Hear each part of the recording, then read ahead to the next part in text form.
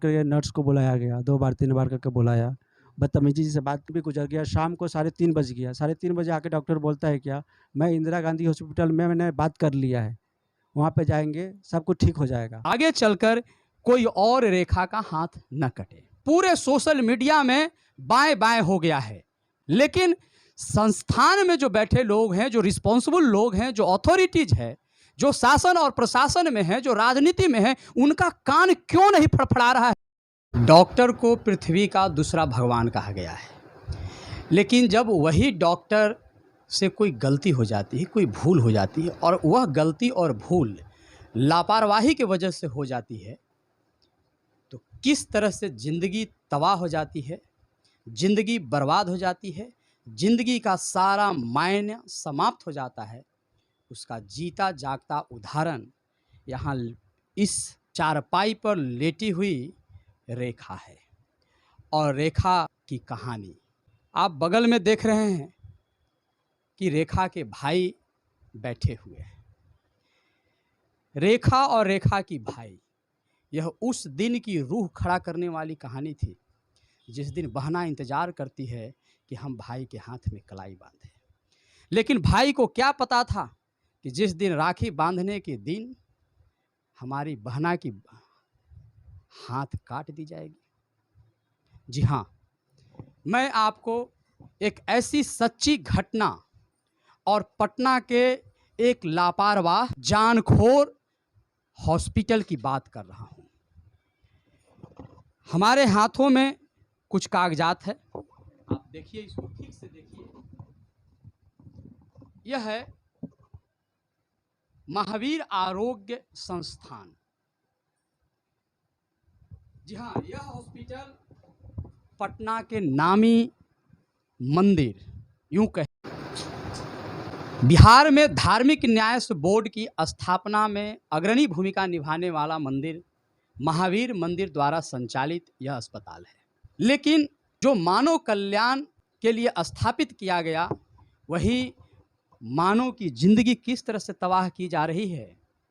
और अभी तक दुख की बात यह है कि अभी तक डॉक्टर रत्नेश, जिसके अंडर में रेखा का इलाज चल रहा था, उस पर कोई कार्रवाई नहीं की गई। विशेष क्या घटना घटी, रेखा को कौन सी बीमारी हुई थी, किस लिए महावीर आरोग्य संस्थान में गई और फिर आगे क्या हुआ, इन सब चीज़ों के लिए मैं आपको ले चलता हूं रेखा के भाई के पास।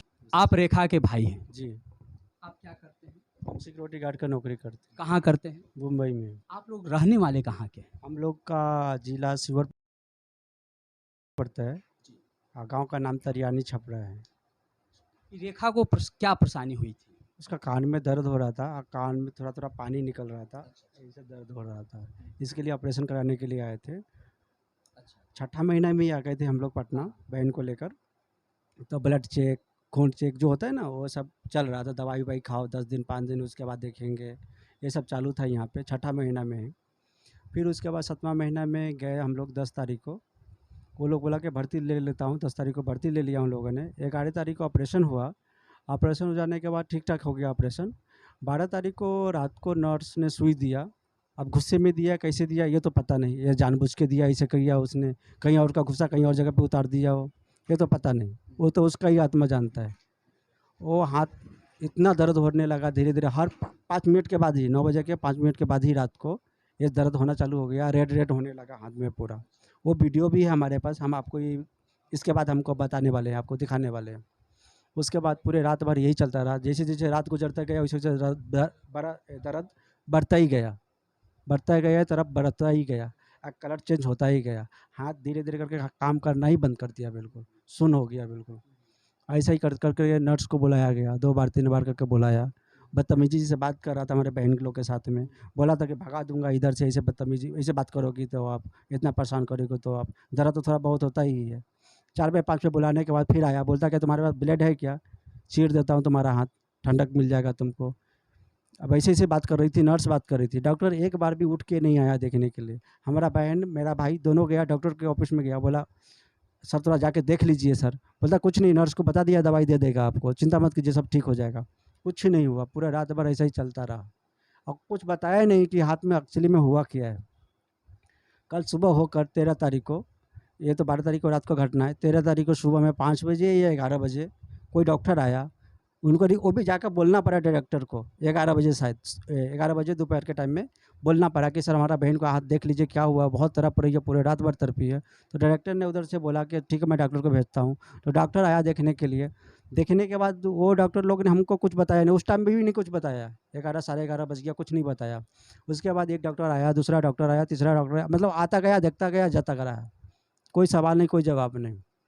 ऐसे ही करते करते पूरा दिन भी गुजर गया। शाम को 3:30 बज गया, 3:30 बजे आके डॉक्टर बोलता है क्या, मैं इंदिरा गांधी हॉस्पिटल में मैंने बात कर लिया है, वहाँ पे जाएंगे सब कुछ ठीक हो जाएगा, सब वहाँ पे व्यवस्था हो गया है, आप लेके जाइए, वहाँ पे सब कुछ ठीक हो जाएगा। उधर जाने के बाद एम्बुलेंस भी वही लोग करके दिया था, हॉस्पिटल का ही गया था, वो ड्राइवर भी साथ में था, वो सब देखा भी, वो नाटक वहाँ पे जो चल रहा था वो देखा भी, ड्राइवर भी देखा। वो वहाँ का डॉक्टर क्या बोला, यहाँ पे कोई कॉल नहीं आया था, आप लाइन में लगिए, पर्ची कटाइए। 3.5 घंटा तक रोड पे मेरी बहन तड़पती रही दर्द से, कोई सुनवाई नहीं। मेरा भाई गया लाइन में लगा के पर्ची कटाया, पर्ची कटाने के बाद बहन को देखने के लिए 4 घंटा बीत गया रोड पे ही। 4 घंटा के बाद नर्स आती है, डॉक्टर वो भी नहीं, नर्स आती है, वो हाथ दे के ही बोल रही कि नहीं काटना पड़ेगा, कोई दूसरा कोई रास्ता नहीं है। फिर वहाँ से हम लेके भागे, बगल में हॉस्पिटल है, एक प्राइवेट हॉस्पिटल है, आरोही करके कोई हॉस्पिटल है, उसमें लेके गए, वो भी चेकअप वेकअप किया, उन लोगों ने भी यही सेम जवाब दिया कि इसका कुछ नहीं हो सकता है। रेखा का जो हाथ कटाना, लास्ट में आप लोग ये निर्णय लिए कि रेखा को यदि ज़िंदगी बचानी है तो हाथ काटना पड़ेगा। तो ये हाथ कहाँ कटवाया, किस हॉस्पिटल में कटवाया? अपना मनंता हॉस्पिटल में कटवाया। दिल्ली? नहीं, यही अपना पटना में पटना ही। जी, कंकड़बाग में ही। पहले यहाँ पे गया, फिर मनंता हॉस्पिटल में गया। मनंता हॉस्पिटल में गया ना, तो रात को 11:15 बज गया, इतना टाइम हो गया था, बहुत टाइम बीत चुका था, हाथ में कुछ बचा ही नहीं था, काम करना बिल्कुल बंद कर दिया था, पूरा नस जल गया था, कुछ नहीं हुआ। उधर जाने के बाद उन लोगों ने बोला कि ठीक है हम कोशिश करेंगे हाथ बचाने का, जैसे तो चांस नहीं है, उन लोगों ने साफ बोल दिया था कि चांस बिल्कुल नहीं है, फिर भी अपना तरफ से कोशिश करेंगे। उन्होंने नर्स का ऑपरेशन किया, नर्स का ऑपरेशन करने के बाद हाथ रात को इतना मोटा हो गया, डॉक्टर ने बताया आकर कि ऐसा हो गया है, सर्जरी करना पड़ेगा, दूसरा कोई रास्ता नहीं है। सर्जरी किया कल होके, फिर करने के बाद फिर बोला 7 दिन 8 दिन बीत गया। 8 दिन के बाद बोले कि देखो आप लोग को मालूम ही है ऐसा ऐसा की स्थिति है, ये ऐसा इन्फेक्शन हो गया, इसके हाथ में हो गया है सुई की वजह से, कि अब इसको 14 दिन 15 दिन तक इंतज़ार करना पड़ेगा, वो इन्फेक्शन जहाँ पे जाके रुकेगा ना, वहीं से वो अलग काटना पड़ेगा। तो जो इसको इंजेक्शन पड़ा, जिसका इन्फेक्शन हुआ, वो इंजेक्शन कौन सा इंजेक्शन था? देखिए ये पहली बात है कि कौन सा इंजेक्शन लगाया किसी को कुछ पता नहीं, क्योंकि इंजेक्शन लगाने के टाइम में वो नर्स ने क्या बोली मेरी बहन को, मेंशन भी नहीं की। नहीं, डॉक्टर ने, वो नर्स ने क्या बोली कि आप नीचे से नीडल लेके आइए। मेरी बहन नीचे गया नीडल लेने के लिए, जब तक इसको इंजेक्शन लगा चुका था। आप देख रहे हैं कि किस तरह से रेखा परेशान है और यहाँ पड़ी हुई है। देखिए, मैं सोशल मीडिया में और हर जगह रेखा की यह कहानी और महावीर आरोग्य संस्थान की लापरवाही की चर्चा हो रही है, लेकिन मैं यहाँ सिर्फ कहानी आपको बताने नहीं आया हूँ। रेखा को न्याय मिलना चाहिए, और न्याय भी कैसी, इसकी ज़िंदगी बर्बाद हो गई है, इसकी ज़िंदगी जीने की व्यवस्था होनी चाहिए। जैसा आपको दिखाए और हमने पहले ही बताया कि यह महावीर मंदिर ट्रस्ट के द्वारा संचालित अस्पताल है, इसलिए महावीर मंदिर ट्रस्ट को इसमें आगे आना चाहिए और रेखा के ज़िंदगी के लिए पहल करनी चाहिए। और इसके साथ ही साथ डॉक्टर रत्नेश और वह नर्स जिसने इंजेक्शन किया, विकास सर से शायद ऐसा कोई विकास डॉक्टर थे, उन पे कार्रवाई होनी चाहिए। कि कार्रवाई इसलिए होनी चाहिए कि फर्दर आगे चलकर कोई और रेखा का हाथ न कटे, कोई सोनू मोनू रोहन का हाथ न कटे, किसी की ज़िंदगी तबाह न हो। रेखा के परिजन कंकड़बाग थाना को एक आवेदन भी लिखा है। आवेदन आपकी स्वीकृत हुई है थाना के द्वारा? इसमें रिसीविंग नहीं था, इसलिए मैं यह सवाल पूछ रहा हूं कि थाना में आपने आवेदन किया, थाना ने इसको रिसीव नहीं किया, यानी थाना में भी इनकी बात नहीं सुनी गई। कंकड़बाग थाना में इन्होंने आवेदन दिया, आवेदन देने का प्रयास किया, लेकिन थाना जो है इसे टाल मटोल कर देती है। तो उसके बाद acting president Indian medical association को एक कंप्लेन उस हॉस्पिटल के अगेंस्ट किया जाता है, लेकिन अभी तक कोई कार्रवाई नहीं होता है। चेयरमैन नेशनल मेडिकल कमीशन को भी उस हॉस्पिटल के अगेंस्ट में कंप्लेन किया जाता है, शिकायत की जाती है, लेकिन अभी तक कोई कार्रवाई नहीं होता है। उसके बाद ह्यूमन राइट्स को भी इन्होंने कंप्लेन किया है उस हॉस्पिटल के खिलाफ, लेकिन अभी तक कोई कार्रवाई नहीं होती है।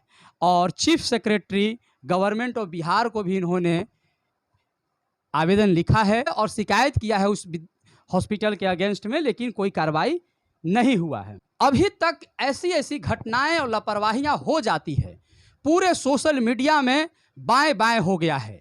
जी, हमारे बिहार की भाषा में बाएं बाएं पूरा फैल गया है। लेकिन संस्थान में जो बैठे लोग हैं, जो रिस्पॉन्सिबल लोग हैं, जो अथॉरिटीज है, जो शासन और प्रशासन में है, जो राजनीति में है, उनका कान क्यों नहीं फड़फड़ा रहा है? यही दुख का विषय है, यही संजीदा प्रश्न है। आप देख लीजिए किस तरह से घटनाएं घट रही है पूरे बिहार और पूरे सूबे, प्रदेश में और देश में। लेकिन जब उनके सेल्फ इंटरेस्ट की घटना घटती है, यही बच्ची रेखा के जगह पर यदि किसी नेता का हाथ कट जाता, किसी प्रशासक का, डीएम का हाथ कट जाता, तब देखते इन लोगों को। और नेशनल मीडिया भी चुप बैठ जाती है। उनको हिंदू मुस्लिम का डिबेट कराने से फुर्सत नहीं है। इस संजीदा प्रश्न कौन उठाएगा? न्याय मिलना चाहिए, और न्याय मिलना चाहिए जिंदगी के लिए। मैं रेखा से यह नहीं पूछूंगा कि तुम्हारी जिंदगी आगे कैसे बीतेगी। मुझे एहसास है कि इसकी जिंदगी कैसे बीतने वाली है, कौन सी तकलीफ और जिंदगी में कौन कौन सी चुनौतियों का यह सामना करने वाली है। मुझे एहसास है, क्योंकि मुझ में मानवता जीवित है। मैं मानवीय संजीदगी के साथ यह बात कर रहा हूं। इसके राजधानी में यदि ऐसी घटना हो रही है, पूरे मीडिया जगत में यह बात फैल रही है, तुम कहां बैठे हो? कौन सुनने वाला है? दिन ऐसा समय आएगा, जनता जागेगी। कल्पना करो कि यदि तुम्हारे घर की बेटी का हाथ यदि कट जाए तो क्या होगा?